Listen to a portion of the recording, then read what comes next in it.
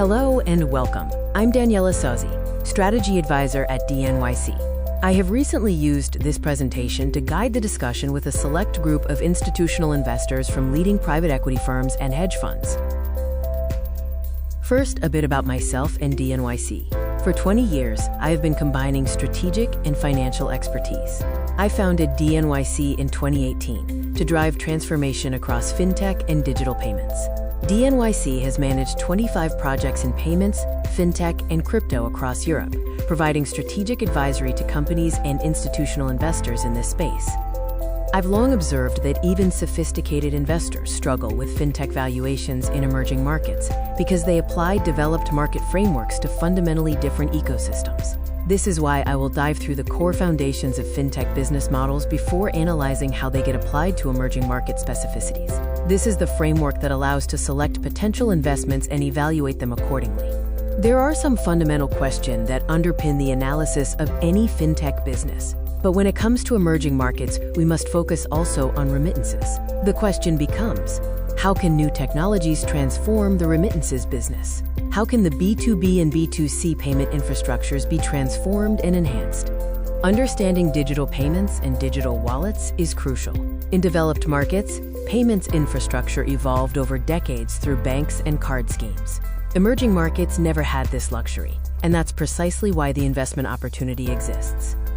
This is why digital payments in emerging markets have followed a different path than in developed economies, bypassing traditional bank-centric systems.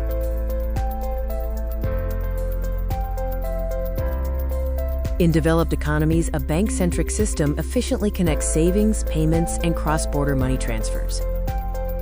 However, underdeveloped or untrusted banking systems and currencies disrupt this flow.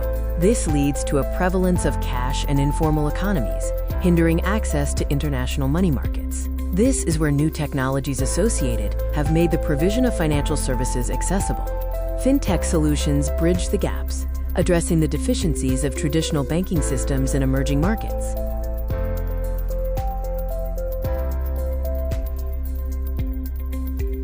When considering fintech segments, B2C and B2B payments offer the largest opportunity by volume. However, remittance, lending, and insurance provide the highest ROI.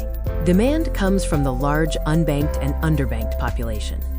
So far, financial services providers that are not banks have been most successful in addressing the demand thanks to tech solutions. These are the fintechs. Traditional banks are adapting to fintech's rise in emerging markets. This often involves collaboration, leveraging fintechs as aggregators for B2C services, and licensing intellectual property from fintech innovators. Looking ahead, key trends for the next 5 to 10 years include marketplaces for financial services and modular open platforms. Investment should focus on AI and ML applications for compliance and risk, blockchain technology, and digital identity. To identify winning players, it is important to start with a thorough analysis of macroeconomics, demographics, and legal systems in each specific market. Investors must then evaluate business models' core and addressable market, considering scalability, IP value, investment stage, and achievements.